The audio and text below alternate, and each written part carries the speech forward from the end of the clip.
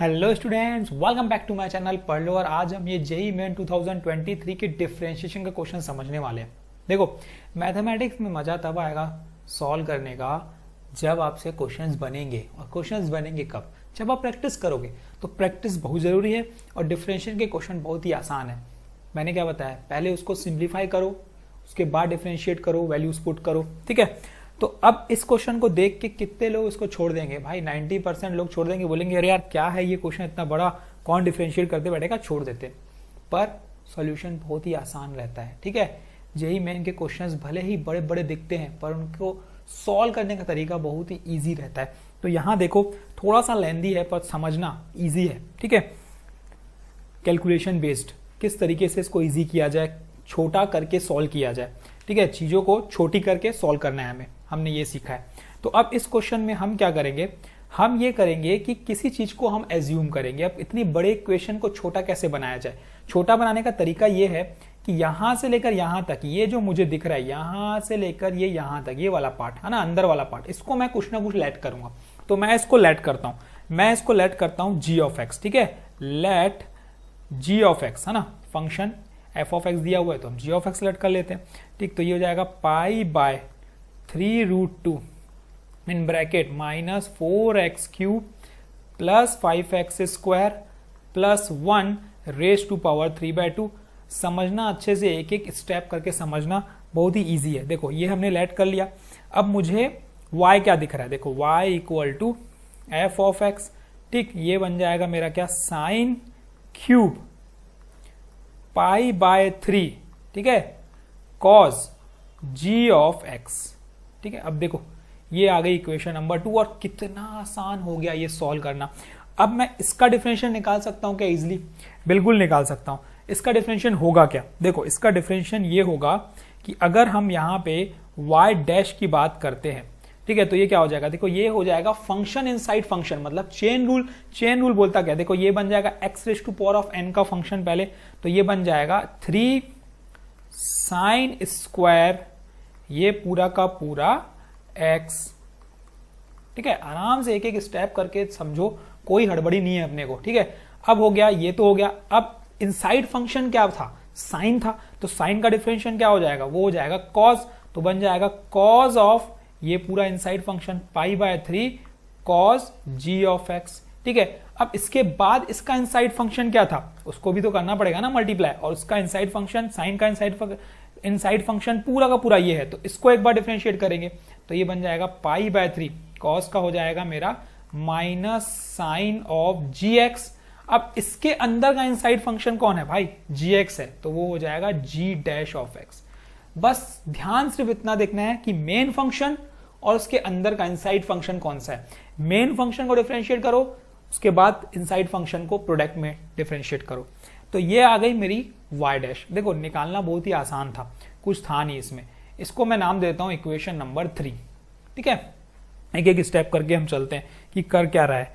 अब मुझे देखो निकालना क्या है, वैल्यू निकालनी है एट x इक्वल टू 1, है ना, तो मैं क्या कर लेता हूं y dash of 1 at x equal to 1 मैं फाइंड कर लेता हूं। तो ये मुझे मिलेगा कुछ ये 3 sine square pi by 3 cos G of 1, ठीक है, into cos pi by 3 cos G of 1 into pi by 3 into minus of sine G of 1 into G dash of 1। अच्छा, इतना देखने के बाद मुझे जरूरत किस किस की है, मुझे जरूरत है g1 की और g डैश 1 की, तभी मैं इसमें सब्स्टिट्यूट करूंगा, है ना, ये इक्वेशन नंबर 4, तभी मैं इसमें क्या करूंगा, सब्स्टिट्यूट करूंगा। तो अब मैं g ऑफ 1 और g डैश ऑफ 1 कहां से निकालूं? देखो g ऑफ 1 मतलब gx से निकलेगा, लेकिन मुझे g डैश x पता है क्या, नहीं पता है। तो सबसे पहला काम क्या है मेरा, g डैश x निकालना। तो g डैश x अगर मैं इसकी बात करूंगा तो इसका जो g डैश x आएगा वो क्या आएगा, g डैश ऑफ x। देखो इसका डिफरेंशिएशन क्या हो जाएगा, पाई बाय 3√2, है ना, ये अगेन फंक्शन इनसाइड फंक्शन का कॉन्सेप्ट लगना है, तो ये हो जाएगा मेरा 3/2, ठीक, इन ब्रैकेट ये पूरा का पूरा function 4x cube plus 5x square plus 1, 3/2 minus 1, तो ये बन जाएगा मेरा 1/2। प्रोडक्ट में साथ में क्या आएगा, अंदर वाले फंक्शन का डिफरेंशियल, मतलब ये हो गया -12x² प्लस 10x। ये आ गया मेरा क्या, g डैश ऑफ x। अब मुझे दो चीज मिल गई, देखो ये भी मिल गया, ये भी मिल गया। अब मुझे क्या निकालना है, g ऑफ 1 और g डैश ऑफ 1। तो मैं सब्स्टिट्यूट कर देता हूं। सबसे पहले हम निकालते हैं g ऑफ 1। g ऑफ 1 निकालने के लिए हम gx में पुट करेंगे, तो ये मुझे क्या मिलेगा, देखो π/3√2, और इसमें सब्स्टिट्यूट करोगे तो मिलेगा आपको -4 प्लस 5 दैट इज 1, 1 प्लस 1 2, 2 के पावर में 3/2, तो π/3√2 इंटू 2 के पावर में 3/2। सिंप्लीफाई करना बनता है π/3√2 इंटू ये बन गया मेरा √2 के पावर में 3, तो ये बन गया मेरा क्या, पाई इंटू 2√2 डिवाइडेड बाय 3√2, तो यहां से √2 कैंसल, ये बन गया मेरा 2π/3। तो मुझे यहां से देखो g ऑफ 1 मिल चुका है। अब मेरा काम क्या है, अब मेरा काम है क्या निकालना भाई, g डैश ऑफ 1 निकालना। अब g डैश ऑफ 1 मतलब g डैश ऑफ x में पुट करेंगे, जो कि मुझे दिख रहा है ये है। तो जैसे ही इसमें सब्स्टिट्यूट करूंगा तो यहां से देखो ये 3 तो कैंसिल हो जाएगा, तो π/2√2, यहां पे क्या बचा, π/2√2 इन ब्रैकेट देखो क्या, ये -4 प्लस 5 दैट इज 1, 1 प्लस 1 2, 2 के पावर 1/2 मतलब √2 इंटू ये कितना हो जाएगा, -12 प्लस 10, तो ये हो जाएगा -2, तो √2 इंटू -2, सिर्फ और सिर्फ कैलकुलेशन बेस्ड है। अब कुछ भी नहीं है। तो यहाँ पे क्या बची वैल्यू, देखो -π बची वैल्यू। तो मुझे एक चीज और मिल गई, g डैश ऑफ 1 भी मिल गया। अब मैं सब वैल्यू सब्स्टिट्यूट कर रहा हूं, किस में, मेरी इक्वेशन में। और इक्वेशन कौन सी है, देखो y डैश ऑफ 1 जो मुझे फाइंड करना था, इक्वेशन नंबर 4 में। तो मैं सब्स्टिट्यूट कर देता हूं, y dash of 1 equals to, देखो क्या बचेगा, ये बचेगा 3 sin² π/2 cos g1, 3 sin² cos π/2 cos π/2 into cos है, सॉरी, ठीक है, π/2 इंटू कॉस g ऑफ 1, मतलब ये हो गया 2π/3। ठीक, आगे चलते हैं, आगे बढ़ते हैं, into cos π/3 into cos of π/3 into cos of π/3, यहां पे भी कॉस π/3 है, कॉस π/3, ये आ गया हमारा क्या, कॉस g1, तो कॉस ऑफ कितना हो जाएगा, 2π/3। ठीक है, फिर हम आगे बढ़ते हैं, क्या है, into π/3 into minus sine g1 into g dash 1, ठीक है, into π/3 into minus sine of g1, वो है मेरा 2π/3 इंटू g डैश मतलब -π। ठीक है, इतना करने के बाद देखो, इतनी वैल्यू निकालने के बाद अब cos 2π/3 कितना होगा, cos 2π/3 समझो, cos 2π/3 होता है 120। ठीक है, अब cos 120 मतलब 90 प्लस थीटा। तो जब भी हम किसकी बात करेंगे, देखो cos ऑफ 90 प्लस 30 की बात करेंगे, तो ये बन जाएगा मेरा माइनस ऑफ साइन 30 डिग्री, क्योंकि सेकेंड क्वाड्रेंट है। पहली बात, सेकेंड क्वाड्रेंट में cos नेगेटिव होता है, सिर्फ साइन और cosec पॉजिटिव रहता है, और ये सेकेंड क्वाड्रेंट में 90 है, 90 में वैल्यू चेंज हो जाती है, हमें पता है, तो ये साइन माइनस साइन 30 बन जाएगा।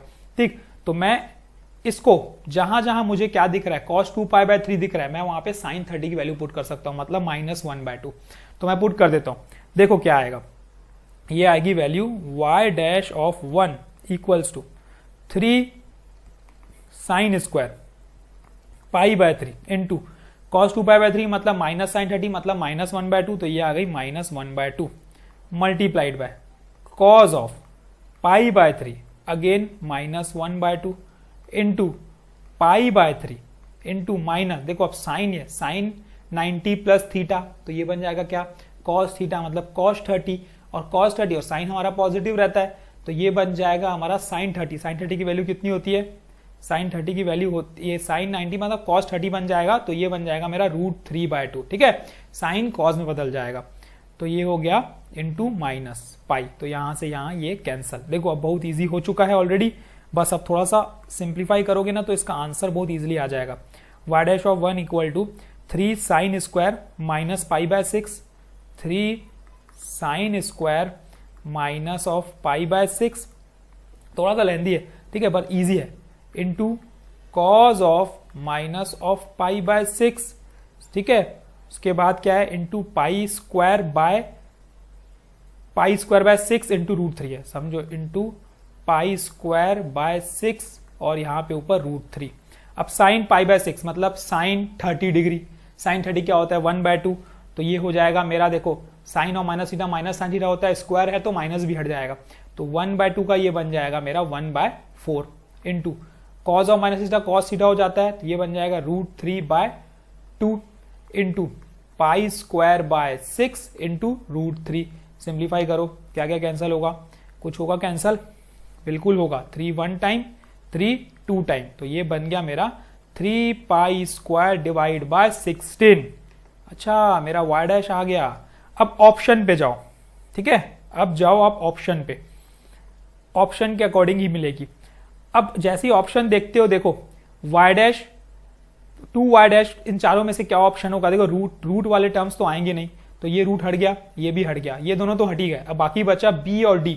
अब b और d में हम चेक करेंगे, तो सबसे पहले b चेक करते हैं, 2y dash plus 3 pi square y, ठीक है, क्या है भाई 2y dash plus 3 pi square y, इसको सब चेक करते हैं, 2 into Y dash, 2 into Y dash क्या है 3 pi square by 16 plus 3 into pi square, और मेरा y क्या था, अगर मैं y की बात करूंगा तो मेरा y क्या था,